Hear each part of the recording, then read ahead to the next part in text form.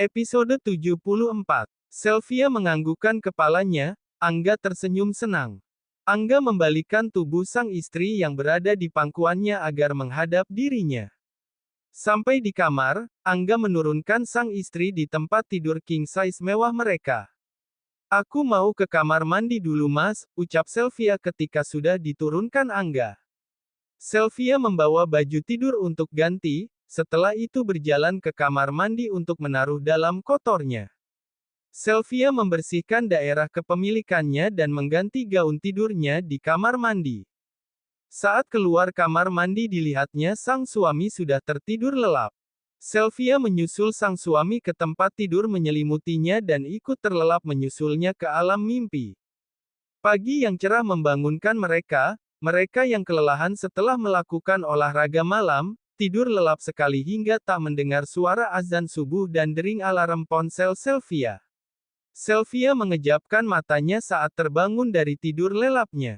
Astagfirullah kesiangan, ucap Sylvia yang langsung melepas pelukan Angga dan pergi ke kamar mandi untuk membersihkan diri karena akan mengantar sang putri di hari Jumat ini. Setelah membersihkan diri dan berganti baju ia langsung membangunkan sang suami. Mas ayo bangun udah jam 7 pagi, ucap Sylvia sambil menggoyangkan tubuh sang suami agar cepat bangun. Lie sayang, ucap Angga sambil mengucekkan matanya dan bangkit dari tempat tidur menuju kamar mandi. Sylvia menyiapkan baju kantor untuk suaminya setelah itu ia keluar kamar langsung ke lantai atas menuju kamar sang putri. Sylvia membangunkan sang putri yang masih lelap tertidur. Sayang Momi bangun sayang, ucap Sylvia. Mom apa hari ini Vira sekolah? Tanya Vira yang mulai terbangun karena dibangunkan sang Momi. Lie sayang besok weekend baru libur, oke, jawab Sylvia. Setelah itu Sylvia memandikan Safira dan mengepang rambut panjang sang putri setelah rapi mengenakan seragam sekolahnya. Setelah selesai mereka turun menuju meja makan untuk sarapan, dan di sana sudah menunggu sang suami yang sudah rapi dengan baju kantornya. Papa selamat pagi, sapa Sylvia mencium pipi papanya. Waalaikumsalam cantiknya papa, jawab Angga mereka bertiga sarapan bersama dan setelah itu, Angga dan Safira pamit berangkat. Sylvia merasa tak enak badan karena lelah semalam digempur sang suami jadi tak bisa mengantar Safira. Anak cantik dan pintar, berangkat sekolahnya diantar papa ya, baru nanti siang dijemput momi ya, ucap Sylvia setelah mencium pipi gemoy Safira. Oke mom, ucap Safira setelah membalas ciuman sang momi.